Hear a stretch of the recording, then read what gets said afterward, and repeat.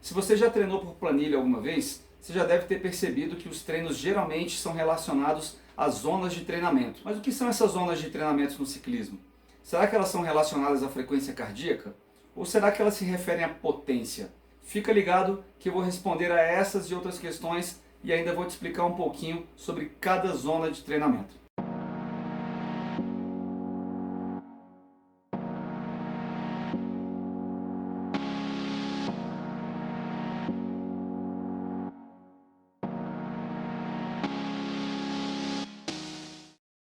Fala galera, meu nome é Fabrício Lino e eu sou fundador e treinador da Esquadra Cycling Team.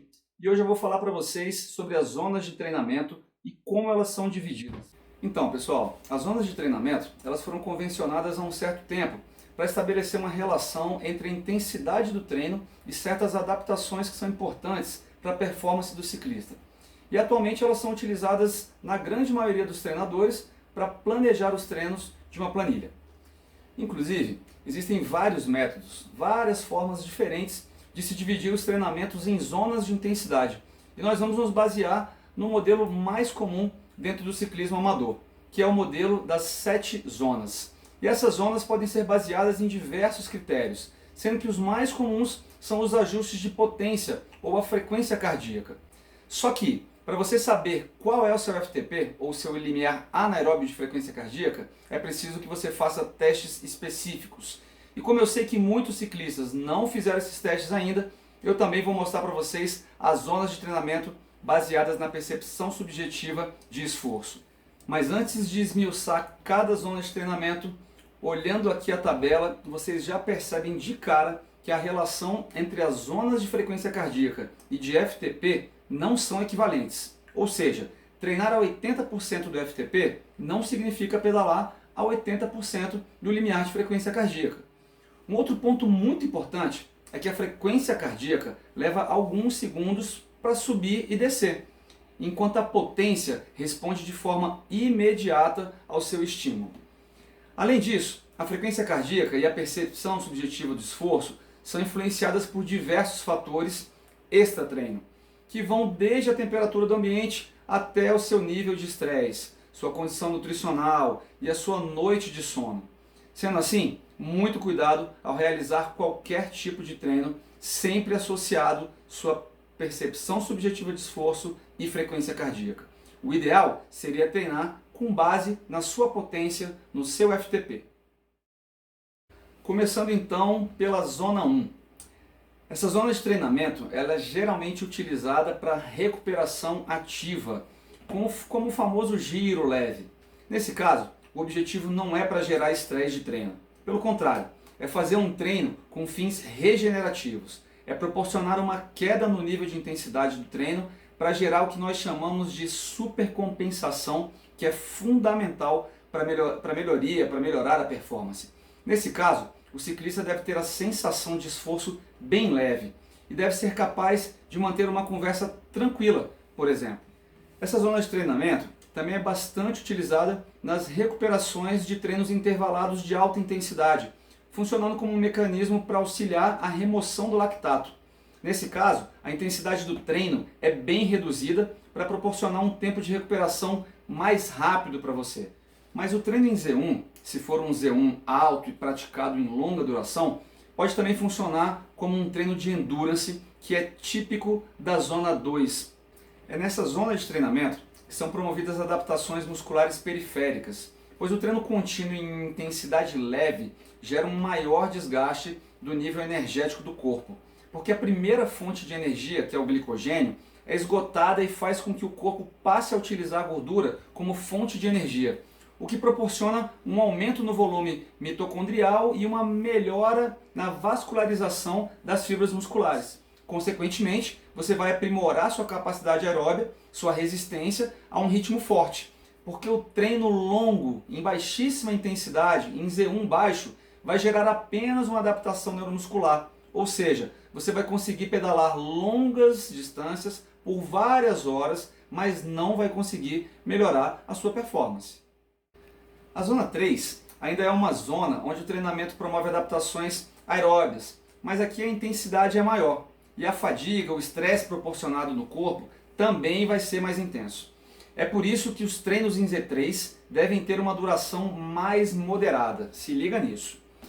O principal objetivo é recrutar fibras musculares adicionais e estimular adaptações aeróbias nessas fibras, ou seja, o treino em Z3 aprimora a habilidade do músculo de sustentar potências abaixo do limiar sem um aumento significativo do consumo de oxigênio e, por consequência, da frequência cardíaca, pois as fibras musculares auxiliares, que são as chamadas tecnicamente de tipo 2A, estarão mais eficientes aerobicamente. Como consequência, o treino em Z3 proporciona também um aumento do limiar de lactato ao reduzir a produção de lactato das fibras do tipo 2A. E esse treino em Z3 pode tanto ser um treino intervalado quanto um treino contínuo, e isso vai depender bastante do nível de cada ciclista. Iniciantes começam fazendo um intervalado bem estruturado e conforme forem melhorando a performance, vão aumentando o tempo de estímulo até chegar a um treino contínuo. A percepção subjetiva de esforço aqui já será significativa e já vai demandar um esforço do ciclista para não deixar o rendimento diminuir, para se manter em Z3 sem cair para Z2. A zona 4 de treinamento é a famosa e controversa zona de limiar de lactato, que é a substância responsável pela sensação pela dor muscular. É nessa faixa de intensidade que o treinamento provoca uma produção de lactato bem maior do que a capacidade do corpo de eliminar esse lactato do organismo. Ou seja, o treino em Z4 gera um acúmulo de lactato nos músculos. E o objetivo do treino desta zona de intensidade é justamente trabalhar a capacidade do músculo de remover o lactato do organismo, o que leva a um aumento do limiar de lactato e, consequentemente, do seu FTP. Assim como o treino em Z3, os treinos de limiar de lactato também podem ser intervalados ou contínuos, a depender do condicionamento físico de cada ciclista. Mas sendo contínuo, o treino em Z4 não deve ter duração maior do que 30 a 40 minutos, pois o nível de estresse que esse treino proporciona é bastante alto e é por isso que a sensação de esforço do treino em Z4 já é moderada alta. A zona 5 é a zona de treinamento em que a intensidade está relacionada com o VO2 máximo, que é a quantidade máxima de oxigênio que o corpo pode absorver, transportar e consumir em um determinado período de tempo. Ou seja, o VO2 máximo depende da sua capacidade respiratória, da capacidade circulatória e do nível de condicionamento de cada ciclista. Como a absorção do oxigênio é geralmente eficiente em todas as pessoas saudáveis, o treino na zona 5 vai melhorar a sua eficiência circulatória, vai aprimorar o transporte de oxigênio do pulmão para os músculos e vai trabalhar o consumo desse oxigênio pelos músculos. Então, seu VO2 máximo vai aumentar porque o transporte e o consumo de oxigênio num determinado período de tempo vai ser maior. Esse treino vai ser primordialmente intervalado, com estímulos variando entre 3 e 8 minutos, num treino de duração aí entre 20 e 40 minutos. A sensação de esforço vai ser bem alta e a conversa nesse tipo de treino não é possível. O treinamento em zona 6 ele pode ser utilizado para aumentar a capacidade anaeróbia do ciclista, isso é, a capacidade de gerar energia com ausência ou carência de oxigênio, e assim poder produzir maior potência em curtos intervalos de tempo, por exemplo, de 30 a 90 segundos. E aqui vocês podem perceber também a relação inversa que existe entre a potência realizada e o tempo que essa potência pode ser sustentada. Quanto maior a potência, menor será o tempo do estímulo. E é por isso que o treino nessa zona deve ser feito de forma intervalada. E a depender da estrutura dos intervalos, o treinamento em Z6 também pode ser utilizado para aumentar a resistência anaeróbia, ou o tempo que o ciclista consegue sustentar esforços anaeróbios. E aqui a percepção de esforço é extremamente alta, e é por isso que este treino deve ser incluído na planilha de forma inteligente, para não gerar uma fadiga excessiva e o resultado ser o oposto ao esperado. A última zona da nossa tabela é a zona neuromuscular, que inclui esforços muito curtos, menores do que 30 segundos, com o objetivo de ativar as fibras musculares. Mais do que treinar um sistema de energia específico, o treinamento em Z7 ajuda a construir novas conexões neurais às fibras musculares, de forma que o ciclista vai se tornar mais eficiente em ativar essas fibras durante os treinos ou em competição.